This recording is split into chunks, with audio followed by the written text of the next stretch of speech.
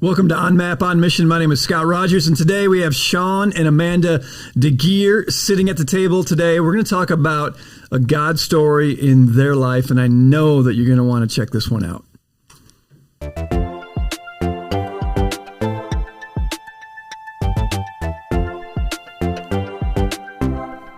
Okay, so you're here. We're here. Sitting at the table. Welcome to On Map, On Mission. That's what we call this, because the whole idea is, as followers of Jesus, wherever we are, there it is. God's calling on our life, His purpose for our life. So wherever we are on map, we can live on mission. Isn't that kind of smart? Love it. Love it. On point. That's right. Well, you guys were featured in a, we call it a God story. Others might call it simply a testimonial this last weekend here at the Met Church in Houston. And thank you so much for just being willing to share your journey, because the journey was a tough one. And the beautiful thing about it was that God has done a pretty powerful work in your lives, in your relationship with one another, Shawn, in your life, in regard to what you were struggling with. And we're just going to kind of unpack it from maybe a little different nuance today. And maybe this will be the rest of the story. Are you guys up for this? Sure. Yes, sir. So let's start this by talking a little bit about your family. Amanda, tell us, kids, what's their age, names, and maybe some peculiar things about them. Oh, sure. So we have two daughters. Our oldest, her name is Jules. She's 22. What's her name? Jules. Jules, I like that. 22? She's 22. Hold on. 22? I know. I literally thought you were going to say like 4 or something like that. Oh, no. Wow, we have okay, two older daughters. Both of them are out of the house, out of school. Okay, one, Jules is 22. She's 22. Our youngest, Cammie, she is 18. So. Wow, okay. Yeah, so. It gets better. It gets better? Why? Yeah. Why does it get better? We are grandparents. Yep. Your We have a grandparents? 5-month-old. Almost 5 months. Yeah. Grandkid. Yeah, a little grandbaby. He's Congratulations. well, thank you. Yeah, he's precious. Wow. So are you like going off the rails and spoiling? Oh, absolutely. Pretty Yeah. much. Yeah. Pretty much. Yeah, he is a blessing. So Amanda has the first year, and I told her, I said, that's it. Yep. After a year, he's mine.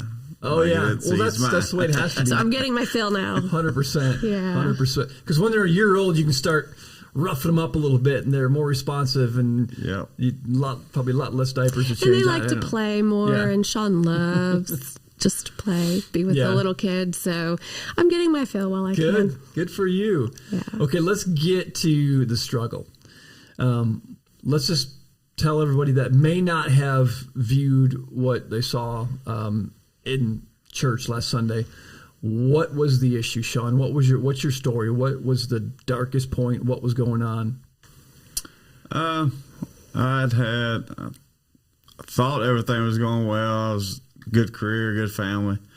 And we went to church and we believe in God, but I think the more successful that I got, that more that I kind of put God on the back burner. It's like, okay, I'm good now, right? Well, he showed me real quick that I wasn't good because I got laid off. Felt like a failure. Didn't feel like a man. Didn't, supposed to take care of your family, this and that. And it hit me harder than I would expect it to. So I started drinking and doing stuff I shouldn't be, and then went from there. So the drinking was kind of the way to medicate some of the pain, the shame? I thought it was, yes. Yeah. Yep. Did you drink a lot before then? I mean, was it this, or was that really like you started drinking a lot? No, when I'd go offshore, I was a month on, month off. So a month I didn't drink at all, and I get home, I drank 2 or 3 days a week, maybe, just lightly. But yeah, I was drinking like 4 days a week. Those 3 days I was pretty much hungover, right? Yeah. So it was. I think you said in the video I was drinking 4 days a week and recovering on the 3 rest. days, Right. yep, pretty much.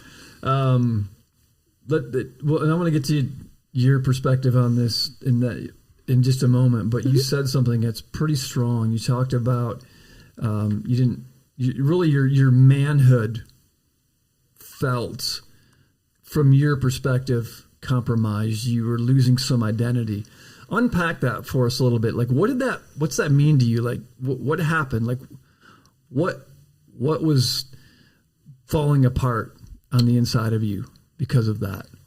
Well, it's not only that, it's because I didn't have a good relationship. I was just a churchgoer, right? I didn't have a relationship with God. I was a fake religion, fake churchgoer. Okay. And so I didn't have that the strength. So I was always fixing myself. I can do it. I can handle it. I got this. Well, I didn't have it, and it kept getting further and further away and further away. And if I am the way I am now, I could have handled it better. If I get laid off now, I'll be fine. Yeah, because I have a relationship with Jesus. So that was, that's the only thing I can say about it. Yeah, isn't it crazy how we think we're really strong until everything's gone? Yep. I know that not everything was gone for you, but especially as I speak for the ladies, but I can't. I can only speak for the guys. We've got this macho persona in our mind, and we think, I believe in God, I love Him, but really, I'm making this happen.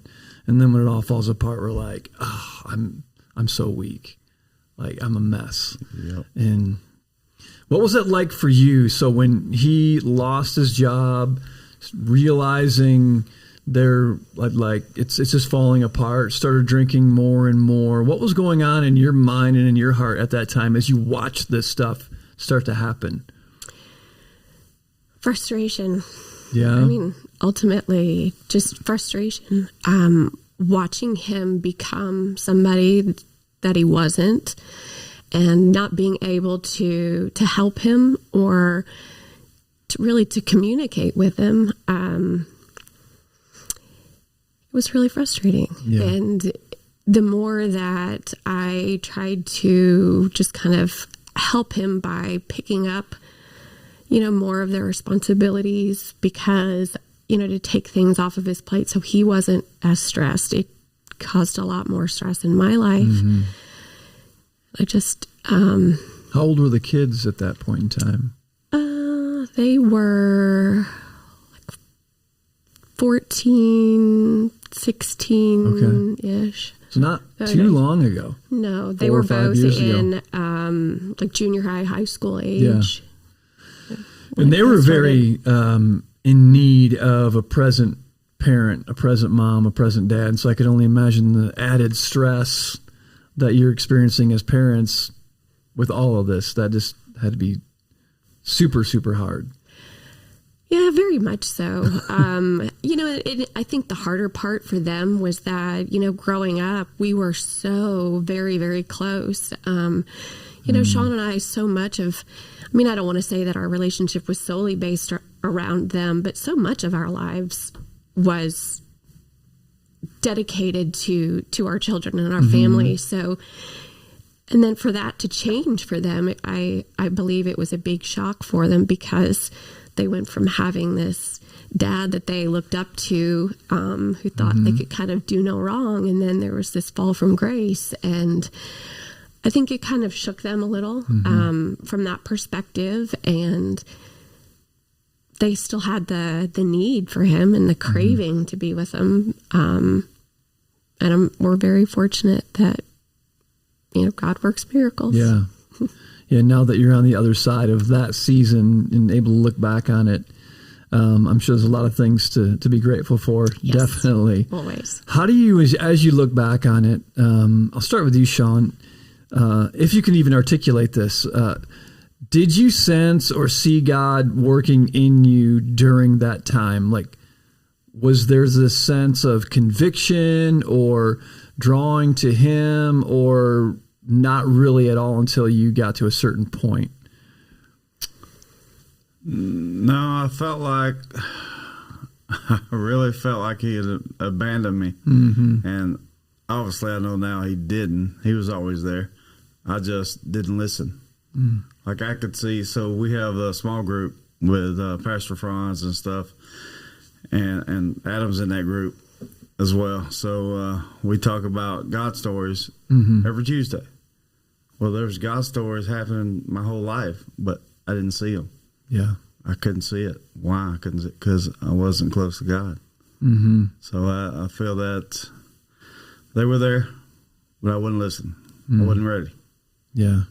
I wasn't ready. Wow. But it was on His time, and it all happened for a reason. It was perfect. Yeah. The way it all played out. I mean, I was actually kind of embarrassed of how it all went down, obviously. But if it helps somebody else, that's good. That's the crazy thing about having what we would call a God story is that, and I've thought about this in some things in my life. I'd use different words than yours, even though we just we tell stories a little bit differently. Like, I don't know if I'd say it was perfect, but I would say I don't know if I would change anything. Right. Yeah, because of what God has done and how He has changed me because of that. It's hard to imagine who we would be if we hadn't had that happen to us. If it had gone differently. Yeah, yeah. What about for you, Amanda, during that time? Like, were you strong in your faith? Was your walk with Christ one that was giving you strength at that time? And if so, what was that like? And if not, what maybe would you have done differently? I don't know that I guess maybe to sum it up, it was kind of back and forth. I got I got frustrated with God. In fact, sometimes I got really angry with Him, and I would talk to my mom about it, and she said, He can handle it. You can take your anger to Him, which, when you're growing up and you go to church, that's not really something that was kind of broadcast or talked about, but He knew what was going on, and when I would take my anger or my frustration to Him and my prayers, that He would be working in Shawn's life, or that if Shawn wasn't going to see things, allow me to help him, that He would put someone in his life. And, after months go by and a year goes by, I don't want to say that my faith wavered, but sometimes it's, you wonder, is he listening? Yeah. And so and that created even more frustration. Just knowing that I was going to Him and I didn't feel as though things were necessarily getting better, that things were in fact getting even more difficult. Yeah. But like Shawn said, there were little things that would kind of come up and you're like, okay, all right, I can make it to this. I can make it through this. If I can get through this, I know it's going to be okay. It's going to come to an end. So while I don't know that, looking back on it now, sure, it was definitely strengthening my faith. I don't know that I felt that way at the time. Right. So yeah. I appreciate you saying that. What I love about what you guys are saying and about your story is that sometimes we as Christians can try to make these kinds of stories sound so grandiose and so incredibly abnormal, like so special. But when you look at most of the time when God works, and even in these very difficult things, it's really in the mundane. And it's in those times of expressing hurt and anger to God. And I'm sure that those times were very emotional for you. And then you're like, all right. And then there's silence. And that doesn't help either. Like, where are you? I encourage people who are listening right now, don't be scared to express your anger toward God. If you read through the Psalms, there are several Psalms, I'll use a big word here, called imprecatory prayers, where they're literally people venting to God so that they don't go hurt somebody. Like, you read through some of the Psalms, like, kill them, God, kill them all, kill them now, and if you don't, I'm going to do it, kind of stuff. And it's in Scripture. And I think it's God showing us that it's okay to bring our pain to Him and ask why and just let it out. And I think in those moments, maybe even if it doesn't seem like it, He's actually strengthening us in those times. And we're able to get back up and do one more day. So as she's angry, and she's letting out this anger toward God. Did you know that was going on? Like, did you see that? Or was that really private for you, Amanda, other than talking with your mom about it and stuff? Me and the girls both saw it. Yeah? No, Yes. and a while ago I meant perfect. I didn't mean the situation was perfect. Yeah, sure. The perfect timing of God that fixed Yeah. it was There you perfect. go. Yeah. I didn't, because Yeah, it was right. far It from was not perfect. Yeah, perfect. gotcha. Right. Yeah, It was yeah. not We were perfect. both doing stuff. We were both And we were suffering. just, we were, Yeah. yes. And We were a arguing, We were a mess. because, I would wholeheartedly agree with that.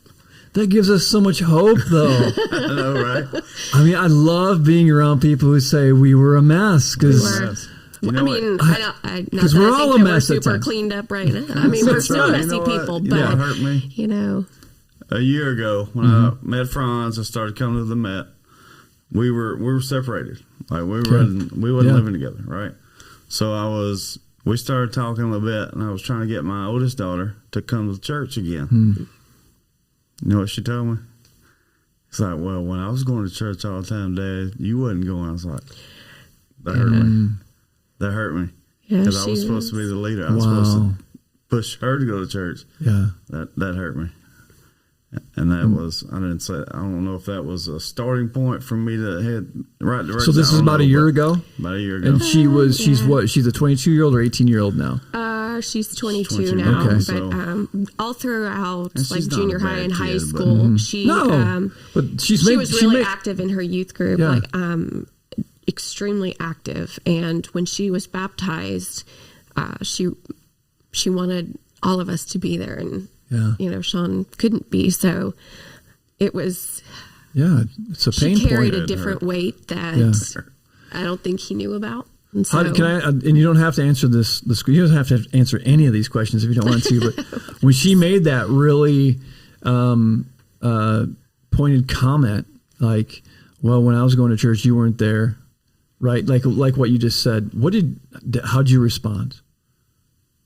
I think I sat there in silence, Yeah, and I started reflecting. I was like, "Oh man, I did that. I did that to my baby. It hurt. yeah, It really, really hurt. And I didn't know what to say. I don't think I said anything. yeah, I think I changed the subject. We started talking about something else. yeah. Have you worked through that with her yet, or is that coming up? Absolutely, 100%. We're not. I think we're pretty close to being back to where we're good. Yeah. Where we used to be, but we're still trying to get them involved in church more. Yeah. But, It takes time to build trust back up. Yep. Right. I've heard before that was helpful to me that what we behaved our way into, we have to behave our way out of. that's a really wise statement. Yeah. And even though God does intervene now and then, not always, like dramatically, in one day pulls us out of the gutter. Sometimes he does. Sometimes we just have to walk it out. But with the relationships around us, when we do those, live an unhealthy way for a long time, we got to behave our way back into that relationship and that trust, and Allow him to create the situations Yeah. where he's going to work for you. yeah. Okay, so now let's get to the really, really good stuff.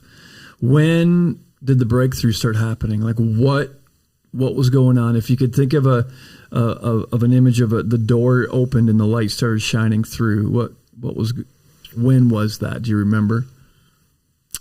Well, like last summer, he had been staying with Mackie and Adam, and he had been inviting us over to come, hang out over there. And he had a very different demeanor. I think so much more calm and patient, and where very much like he was just like the good old Shawn, the person, that I fell in love with, that I had known, the dad, the husband for so long, that was missing for a while. And as we started to see so much more of him come back to life, we wanted to be around it, Yeah. that much more. because people tend to gravitate toward Shawn anyway. So, I mean, we were kind of helpless. Was it hard to go there the first time, or were you so waiting for that opportunity that you couldn't wait to get there? Oh, she was reluctant. It was a little bit of both. I mean, there's that side of you that's just on the inside. You have your defenses up, and you don't want those things to.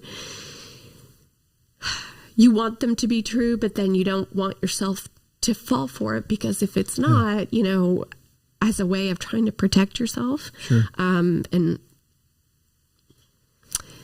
again, I mean, that was us trying to rely on our own selves. And so, and as we started to see a lot more of his kind of just metamorphosis, and he was inviting us to come to church at the Met. And I thought, okay, well, if he's that dedicated, then, we would like to go. I would like to be with him, because it's a big journey just to start something brand new all on your own.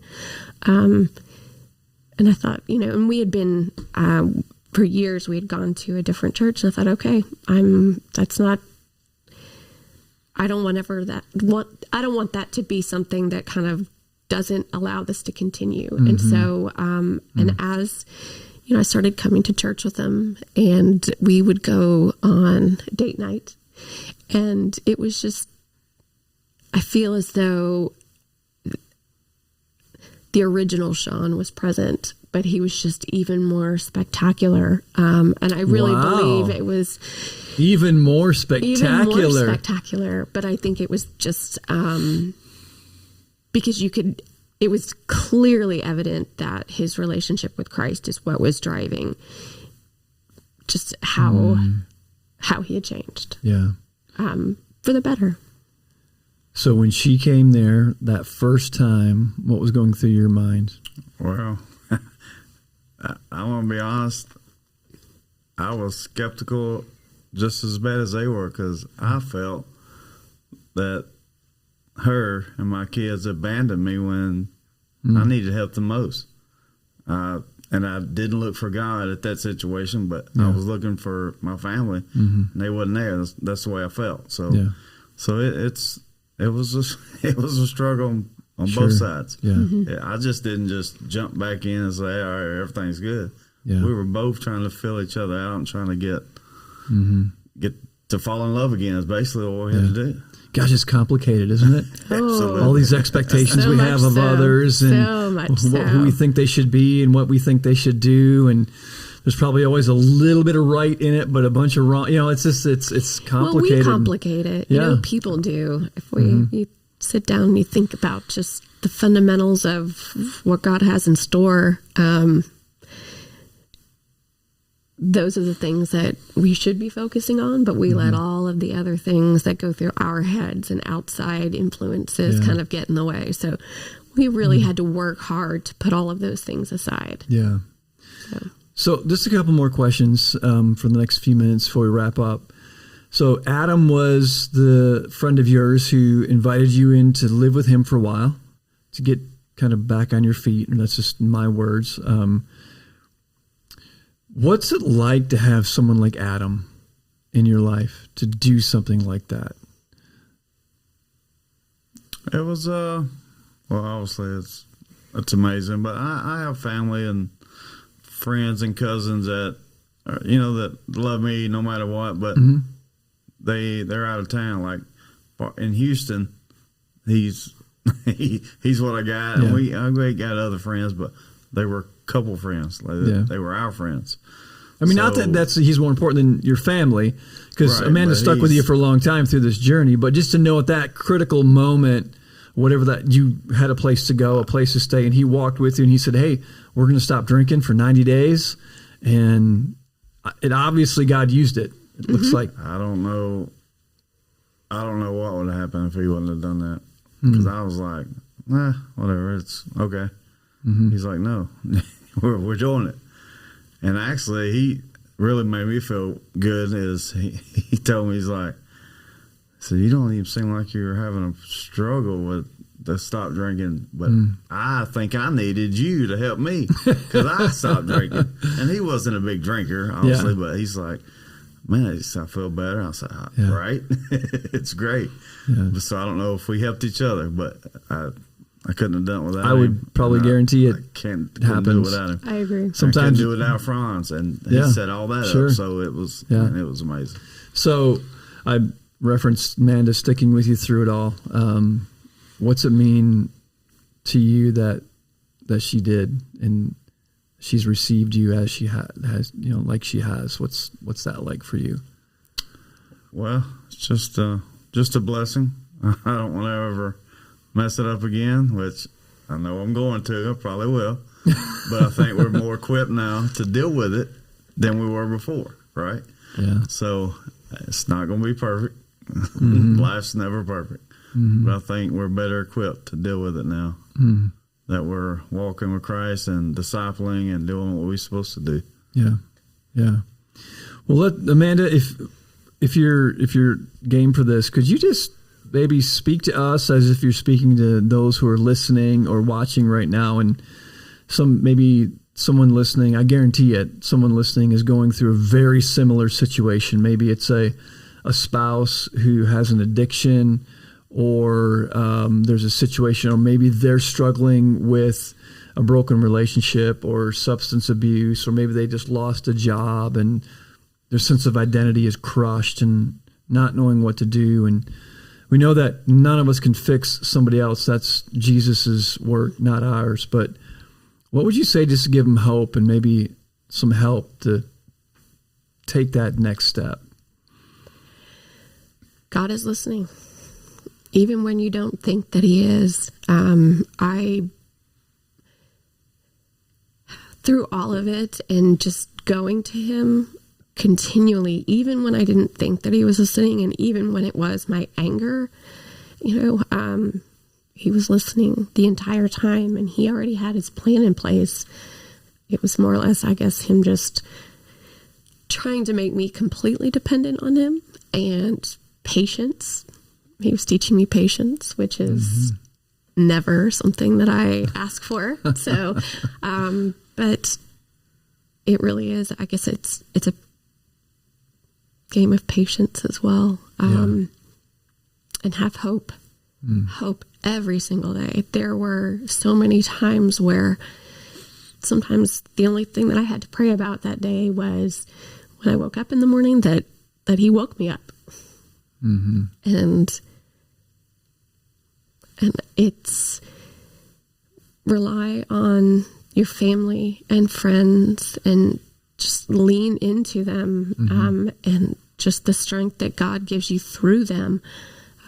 Because we have a wonderful, wonderful family on Shawn's side and on my side. So many people who love us unconditionally, no matter what. And we're there for us through all of our failures and all of our just wrongdoings. And when we were just angry or sloppy, and just being vulnerable to them and letting them know, and allowing them to continue to love us and just give us support. Yeah. I like that, because you're just saying, let's be real. Let's go to the people that we know we can lean on. Yes. And let's not try to hide it. Tell them what's really going on, how much we're really struggling, and just invite them to come in and be with us and walk with us through it. And there's so much strength in that. And I love what you're saying about just take it to the Lord. And that sounds a little cliche, but it's true. But it's just pouring out your heart to him in a daily way. That's actually really wise counsel. Shawn, what would you have to say to encourage, to speak to the men, if you could, for a moment, that might be out there and they're wrestling with, man, who am I? My identity. I lost my job, or my wife is wanting to choke me out or something. Like, what do you have to say to just challenge them a little bit? The only thing I can say is prepare yourself. Put on the armor, because the devil's coming after you, especially after you lose a job, because as men, like I said, you want to fix everything. You think you can fix it. I can do it. You can't. You can't do it on your own. Yeah. It takes a community. It takes following Jesus. It takes your friends that do the race. Just Mm-hmm. the only thing I can say is prepare yourself now, because if something bad happens, you want to be prepared. You don't want to be like me and then fall down a dark hole. Yeah. When you went through your whole life thinking you can fix everything, you can't. Yeah. Jesus can help you. Your friends can help you. Your friend Adam can help you. That's right. Your wife Amanda can help you. Your church can help you. Yeah. Everybody needs help. Yep. Lean on the people that can love you and help you. That's really good. That's the best advice I can give. Yeah.